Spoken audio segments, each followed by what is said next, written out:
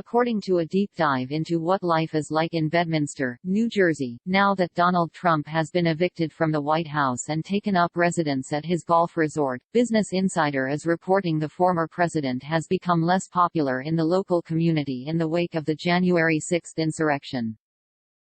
One local Democrat who would talk about the former president, but didn't want his name used due to fear of the Trump crazies, told the Insider's Warren Rojas that many of Trump's biggest boosters in the community have gone silent when his name comes up. They started out by saying, "Well, we're proud to have the president come to our town," he explained. They don't say that anymore, they don't want to align themselves with Trump at all, he added. According to Rojas, Trump hunkers down here about half the year, beelining for Bedminster once his Palm Beach, Florida, property of Mar-a-Lago shuts down for the summer, typically from May to October.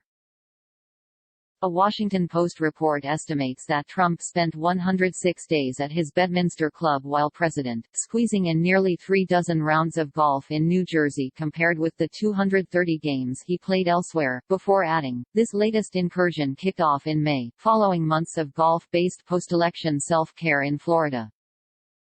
Stripped of access to Twitter and other social media platforms, Trump has had to seek out other distractions. In addition to hitting the links at his 36-hole summer hideout, Trump has busied himself by auditioning MAGA-aligned challengers to unleash on the 17 Republicans who voted for either of his back-to-back impeachments and airing grievances to power-hungry acolytes awaiting their 2024 marching orders. Speaking with Rojas, Steve Parker, who runs the private Somerset Airport, said that it wasn't like he was going down to the local pizzeria every Friday night, before adding, "We're kind of back to normal here." According to Sally Rubin, a former GOP committeewoman, you'd go out and you'd look up and you're like, "Oh, there's the helicopters," and then 2 seconds later, he'd be gone. Occasionally, you'd see very large men who you presume to be Secret Service ordering coffee at Starbucks.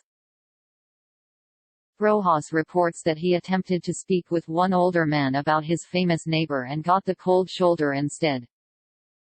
The retirement-age man, sporting a shock of white hair and a rumpled golf shirt, politely asked whether the seat was taken before plopping down one stool over at the bustling Time to Eat diner, some 12 miles south of Trump National Golf Club, he reported.